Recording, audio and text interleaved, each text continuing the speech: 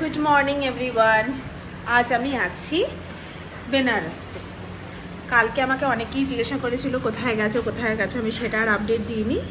আমি কাশী বিশ্বনাথ মন্দিরে কালকে পুজো দিলাম। ওখানে যেহেতু কিছু রেকর্ড করা যায় না, তাই আর কিছু রেকর্ড করিনি। আর কালকে একটু টায়ার্ড ছিলাম, কালকে সারাদিনই ঘুরেছি বলতে গেলে এখানে। আমি জানি এটা শুনে তোমরা একটু চমকে গেলে, কিন্তু এটা হচ্ছে আমার সেই পুরনো ভিডিও যেখানে আমরা ওই বিন্ধ্যাচল, কাশী, বেনারস, অযোধ্যা ঘুরতে গেছিলাম তখনকার ভিডিও। তবে আজকে যে এই ভিডিওটা আমি শেয়ার করব, এটা কিন্তু খুব একটা যে ভালো ভিডিও হবে তা নয়। কারণ আজকে আমি যেখানে এসেছি সেটা হচ্ছে আমাদের এক রিলেটিভসের বাড়ি। এই যে বাড়িটা আমার পিছনে তোমরা দেখলে, আমরা বাইরে দাঁড়িয়ে আছি, এটা হচ্ছে আমরা ওনাকে ফোন করছিলাম কারণ বেলটা শোনা যাচ্ছে না। 4 তলা বাড়ি, ওরা থাকে একদম আপার ফ্লোরে, আর নিচের তলাটায় ভাড়া দেওয়া আছে। তাই উপর থেকে এমনই লক সিস্টেম করা আছে যে ম্যানুয়ালি না আসলেও ওটা খোলা যায়। তো এই আমরা বাড়িতে প্রবেশ করছি। তবে এই বাড়িটার কিছু গল্প আজকে আমি তোমাদের সাথে শেয়ার করব। নমস্কার, আমি এসেছি আমার রিলেটিভসের বাড়ি, আর এটা হচ্ছে বেনারসে। এবার এই পুরো এত বড় মহলটা আমি তোমাদের ঘুরিয়ে দেখাবো। পুরনো আগেকার দিনের বাড়ি, সুন্দর, বেশ ঠান্ডা। দেখাই দাঁড়াও, আমি বেনারসের বাড়ি প্রথম এলাম। হ্যাঁ, এটা আমি একদম সত্যি বললাম। আমি এই প্রথম এলাম, আমার বিয়ে 14 বছর পর এই ফার্স্ট টাইম। তবে এই বাড়িটার আমার বাবা মা সবাই ঘুরে গেছে। আমার যেখান থেকে এই ব্যানার্জি বাড়ির সাথে সম্বন্ধ তৈরি হয়েছে, সেই বাড়ির রিলেটিভসই এরাই। পুরনো সব ভাই বোনেরা মিলে প্রচুর গল্পগুজবের জন্য আগেই কিন্তু ঠিক করে নিচ্ছে কি কি খাওয়া দাওয়া হবে, কি কি এখন দেয়া হবে। তবে জানো তো, আমি না খুব একটা রিলেটিভসের বাড়ি কোনো দিনই খুব একটা যাই। এখানে বসে আছে আমাদের দাদা ভাই, আর এই পাশে তো এই কর্তামশাইকে তো চেনেন, আর জলিদি। আর এই ঘরে, মানে এটা হচ্ছে একদম 5 তলার ওপরে এই জামাইবাবু পুজো করছেন ওনার ঠাকুর ঘরে। আর উনি বললেন যে রিয়া এসো আমার ঠাকুর ঘরটা দেখে যাও। সত্যি আমি না এই পুরনো দিনের বাড়ি দেখতে খুব ভালোবাসি। আর এই ঘরটা তো যেন মনে হচ্ছিল রাজমহল একটা। সত্যি বলতে কি, একটু রক্ষণাবেক্ষণের অভাব। আমার মেয়ে তো প্রথমে এখানে গিয়ে হন্টেড হাউস বলে একটা ভিডিও শ্যুট করেছে, তো ওর প্রোফাইল থেকে শেয়ার করবে। তো সেই ভিডিওটা আমি এখানে আর রেকর্ড করিনি, ও যেটুকু করেছে সেটা আমি একটু শর্টে ছেড়ে দিচ্ছি।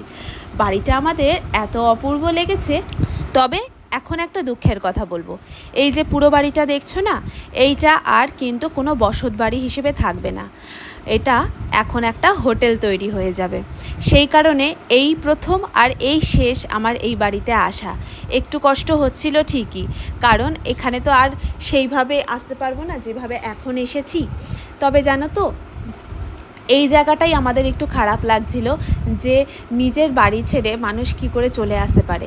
যেহেতু ওদের ওখানে রক্ষণাবেক্ষণের কেউ নেই, তাই ওরা কলকাতাতে চলে আসবে। এখানে ওদের 2টো বাড়ি আছে, সেখানে ওদের ছেলেমেয়েরা আছে, সেখানে থাকবে।